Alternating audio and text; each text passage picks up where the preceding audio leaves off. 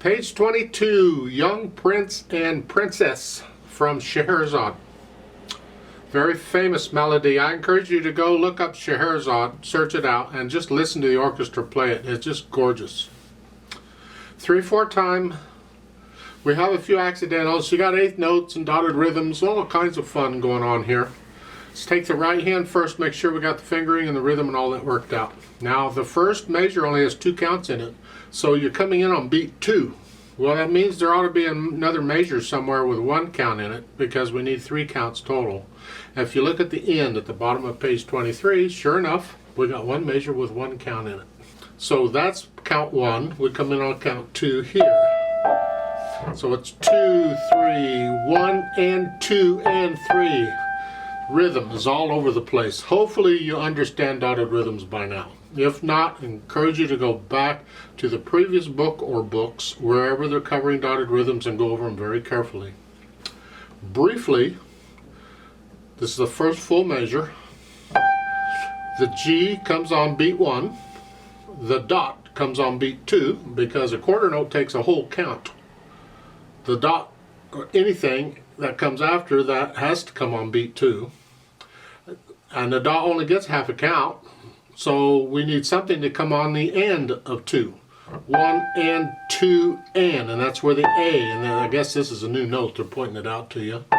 You just memorize what an A is, you need to know that note. So again, 2, 3, 1 and 2 and 3 and 1 and 2. 1, 2, 3, go ahead.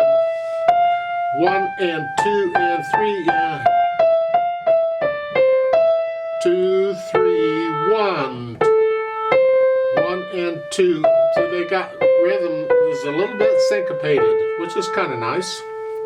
Go down to the bottom of the page, 22, last 2 measures. 1 and 2 and 3, and you play it with 3rd finger and then immediately put your thumb on it. That's what that means. It's a finger substitution. This way we're in position to go on to the next measure.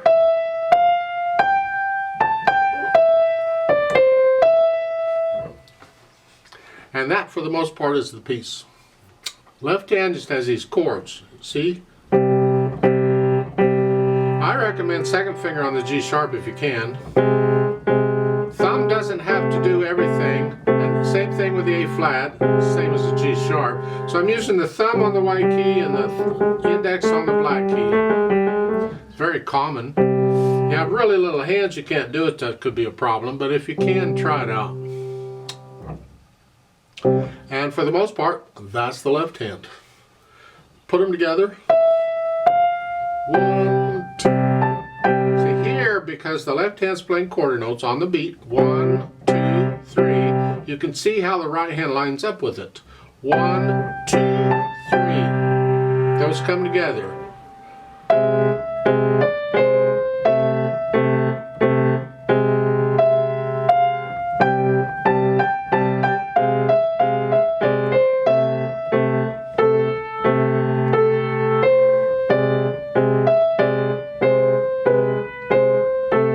I hear you saying, I know, you're making it look easy. Well, it is easy for me. I've been doing it forever.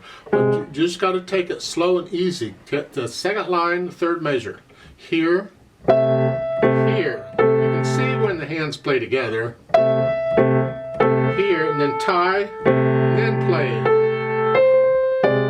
So you work that out, and the hope, once you got that, you got the piece pretty much. It's just very repetitious. Once we can do that, then we'll put in these slurs. They're phrases at us. Lift up, it's like taking a breath. And then you go on. Lift up. It's almost like an 8th rest in there. It's not quite, I mean, it's not rhythmic. You just lift up and go on, that's all. The left hand, we need to connect this as best we can. Just do the best you can to play them as connected as you can. Dynamics apply to the melody, which is the right hand. That's soft. This is very soft. Now that's going to be a challenge. Not only are you trying to play one hand louder than the other, but but the louder hand has to be soft. So don't play this louder because it's got to be louder than this. Play this where you want it and find a way through practicing. Play these really, really soft. Just work on it.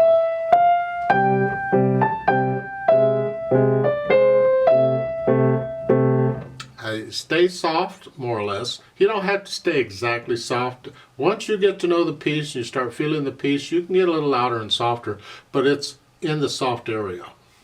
Then on the bottom line on page 22, you have that swell, and you can't swell in the right hand. You played the note, you're done. It's the left hand has to do it. So very soft, coming up to about a moderately soft. Here, and now the right hand's going to be loud. And then back down. So it's here.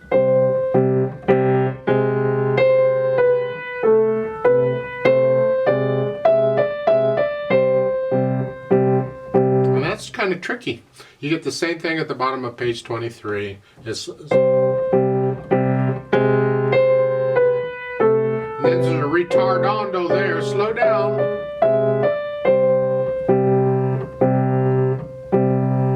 Put a little dash line behind the retardando. You don't need that there. The retardando tells you to slow down, and that's very common in music. You'll get that toward the end of a piece. You don't need that dash line there. I don't know what that's for. It doesn't hurt anything being there. It's just not necessary. Speed is the flow. It's sort of a nice gentle. Just the flow of the piece. Not the speed of the beat, the flow of the piece.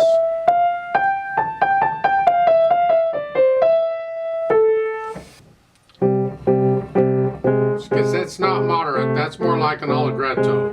But it just feels that. Don't drag it.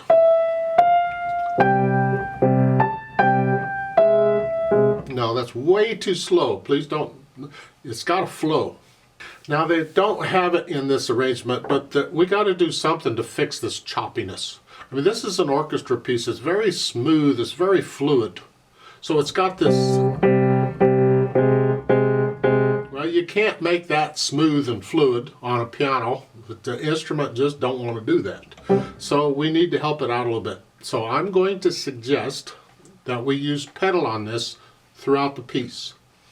It's going to be overlapping pedal throughout it, and I'm just going to change it with the harmony in the left hand pretty much.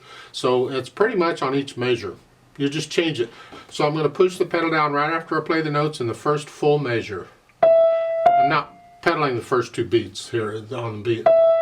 Here. I'll change it after I play the notes in the next measure.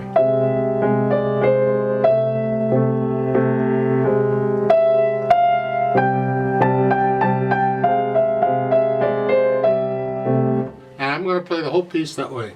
Now it gets a little bit blurry with the eighth notes. That's sort of the atmosphere of the piece though. It's okay, we can get a little blurry on here. And that's what I recommend you doing this all the way through, is just pedal and change it on every measure like that.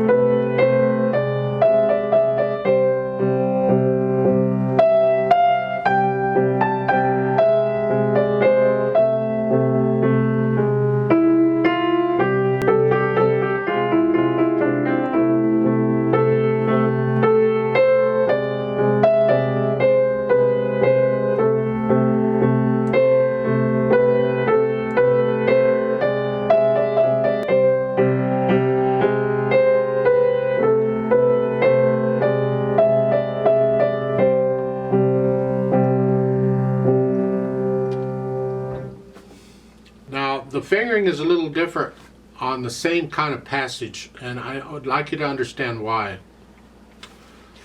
On page 22 in the second line, you have here, you cross over, here, they're in the second measure, and come down to the A. Well, you get the same passage over on page 23, second line. You're here. But here they want you to put your fourth finger on it here, so you don't cross over. You come up here. And the reason is because of what comes after this passage. We have to be in position for what comes next. On page 22, you're coming down to an A. But on 23, you're going up here. And that's why the fingering is different. If the fingering or the passage would be the same, you're going the same direction. If I were going to go down on page 23